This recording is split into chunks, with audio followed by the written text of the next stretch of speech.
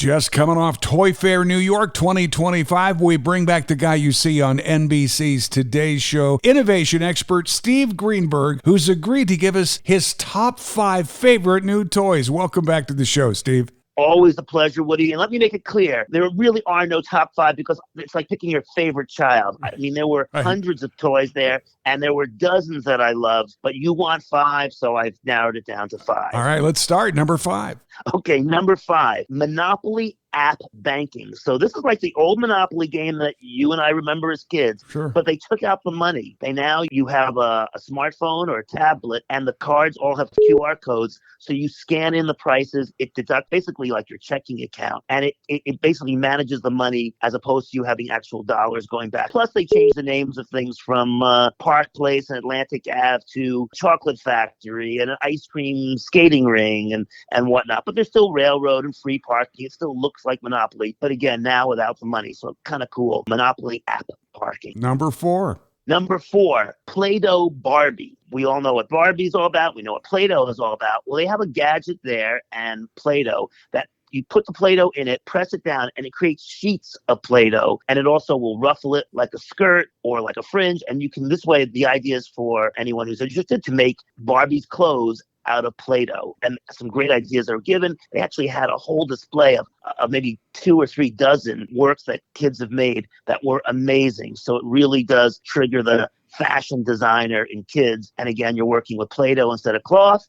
And Barbie, of course, looks beautiful. All right, number 3. Number 3 is called Just Add. And Just Add has a whole bunch of different ones. There's Just Add Water, Just Add Marshmallows, Just Add Milk, Just Add Sugar. And these are science art projects where everything you need is in this container except one ingredient, which could be water, marshmallows, milk, sugar, whatever. And they're really creative processes. It's really hands-on. It's non-screen. And so you can first try Just Add Water or Just Add Milk. And they're all really great science-y experiments and art projects, all with that Just Add theme. I thought it was very clever. Number 2, Loops Lab. Picture these little characters and then the stage. And as you put each character on the stage, it plays a beat of music. And then by combining them, you create music. So it's called Loops Lab, and loops are like tracks. So it's like you create different tracks, and it really gives you a sense of how music is created. There's a backbeat, there's the bass, all of that, and you put it together. And what's interesting, if you tap each one 2 or 3 times, each little character has several different music adventures built into them. And each one has a cute little face,